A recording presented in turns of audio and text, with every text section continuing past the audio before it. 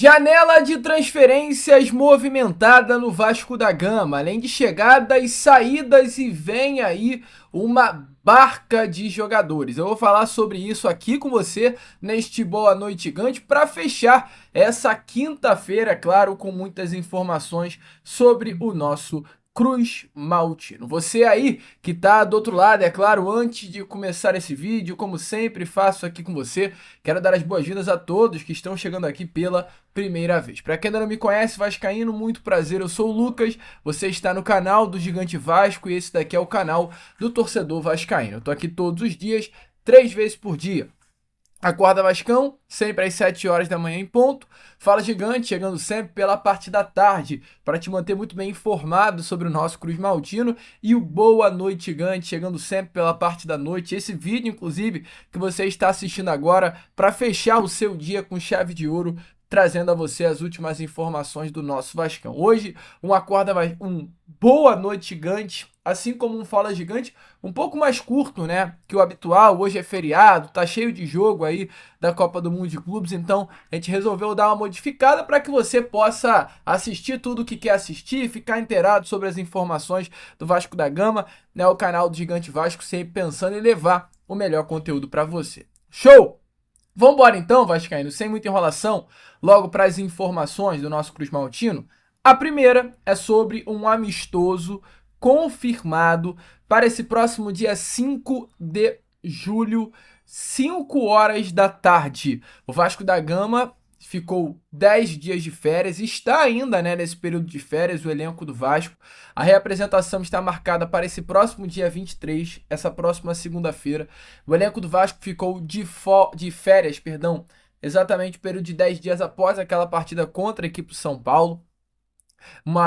Um período aí de intertemporada, né, exatamente por conta dessa parada para a Copa do Mundo de Clubes e para diminuir o período de férias lá do final do ano. Ao invés do elenco pegar 30 dias de férias no final do ano, pegará apenas 20 dias. O Vasco ficará muito tempo sem jogar, essa é uma grande preocupação do departamento de futebol, da comissão técnica, a falta de ritmo, né, para esses jogadores, porque além dos 10 dias de férias, o Vasco só voltará a entrar em campo agora nesse próximo dia 13 de julho, ou aliás, melhor falando aqui, o jogo que iria acontecer no dia 13 iria ser contra o Botafogo, essa partida foi adiada. O próximo jogo do Vasco vai acontecer apenas no dia 15, daqui a quase um mês, quase 30 dias, contra o Independente Del Valle lá no Equador pela Sul-Americana.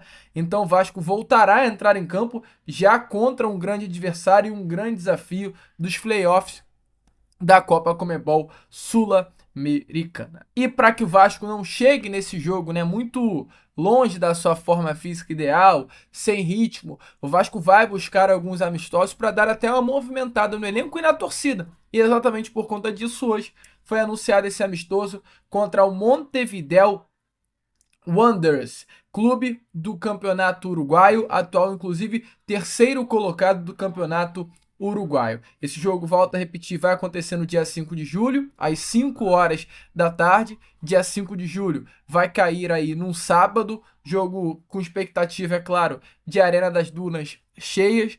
A Arena das Dunas é um estádio que fica ali localizado no Rio Grande do Norte, em Natal, salvo engano, né? Então, assim, expectativa de casa cheia, expectativa da torcida do Vasco em peso.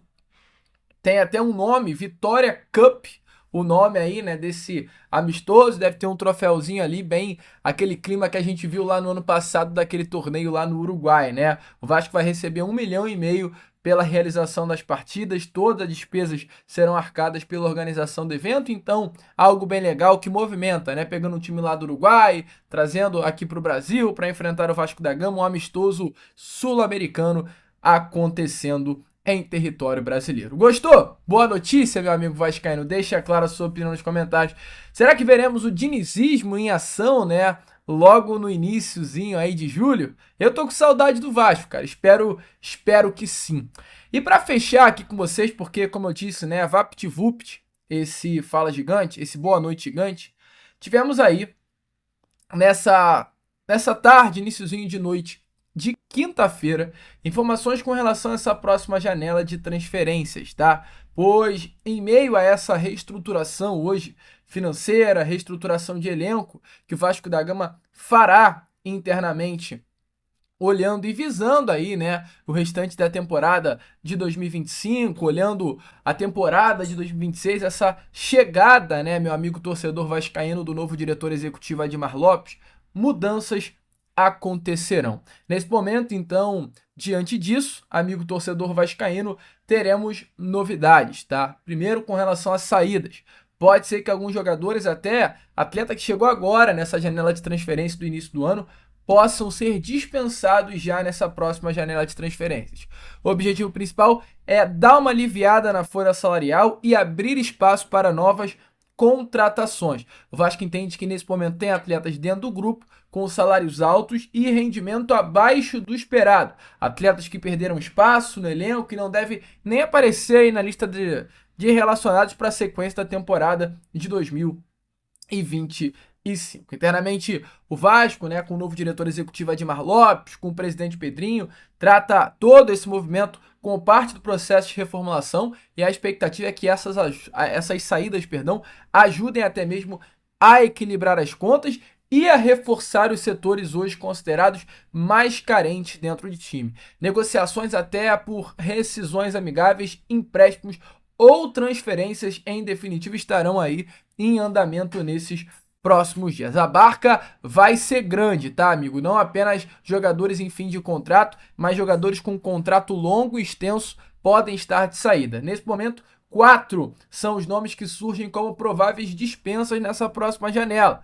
Falo aqui de um nome que todo mundo já sabe, que é o Jean Davi Menezes. Ele vai sair, Jean Davi não vai ficar. O objetivo do Vasco é utilizar o Jean Davi Menezes como uma moeda de troca. Além do Jean Davi Menezes, outro nome que também está nessa lista é o nome do Juan Esforza. O Vasco busca, né, nessa próxima janela de transferências, negociar o Juan Esforza com algum outro clube. O Vasco da Gama, ele investiu caro, quase 30 milhões de reais no início do ano passado, pela compra dos direitos econômicos do jogador e não deu certo. Então, a expectativa é que o Vasco possa negociá-lo, até porque nessa posição tem muitos jogadores. A gente vê Jair, Paulinho Paula, a gente vê Tietê, Hugo Moura, Matheus Carvalho. Então é uma posição bem concorrida e o Juan Esforza é um atleta que não aparece nem ali entre os reservas dessa posição. É a terceira opção olhando essa volância, né, do meio-campo Cruz Maltino.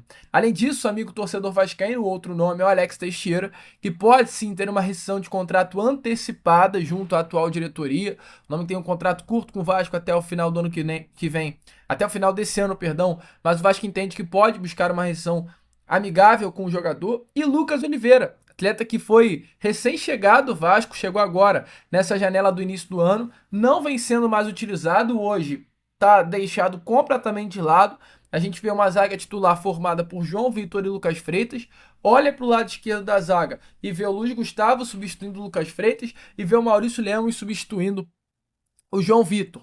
O Lucas Oliveira, ó, é terceira opção, amigo vascaíno. Então, o Vasco pode sim buscar nessa janela de transferências uma negociação, um empréstimo, uma rodagem com o jogador, até porque é um atleta que assinou um contrato longo aí com o nosso Vasco da Gama. Então, barca sendo montada, uma barca que será grande. Além dos atletas, outros também estão sendo analisados. E esse período aí de trabalho, né, que o elenco Cruz Maltino terá com o técnico Fernando Diniz será essencial exatamente para que tudo isso possa ser fechado e essas saídas possam vir a ser encaminhadas. E aí, meu amigo, diante das saídas, vai sobrar para o Admar Lopes se reinventar, dar o jeito dele, como se diz naquele ditado, né? Se virar nos 30 para buscar contratações no mercado da bola. Com dinheiro ou sem dinheiro, uma coisa é certa: o Vasco da Gama precisa contratar. E até para a posição de zaga, né, que era uma posição inicialmente descartada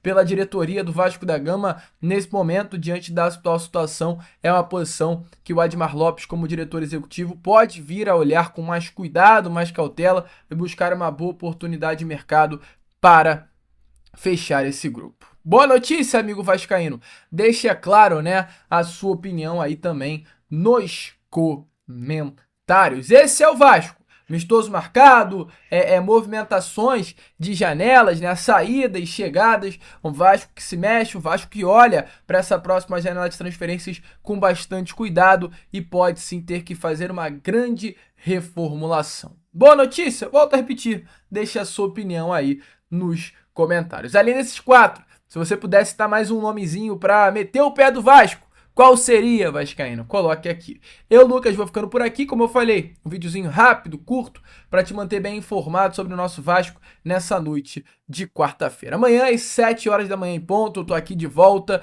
novamente com a Acorda Vascão, contando muito aí com a sua presença, a sua participação para fechar o seu dia com chave de ouro. Vamos que vamos! Curta, compartilhe, se inscreva e, como eu sempre falo aqui no canal, é claro, saudações vascaínas.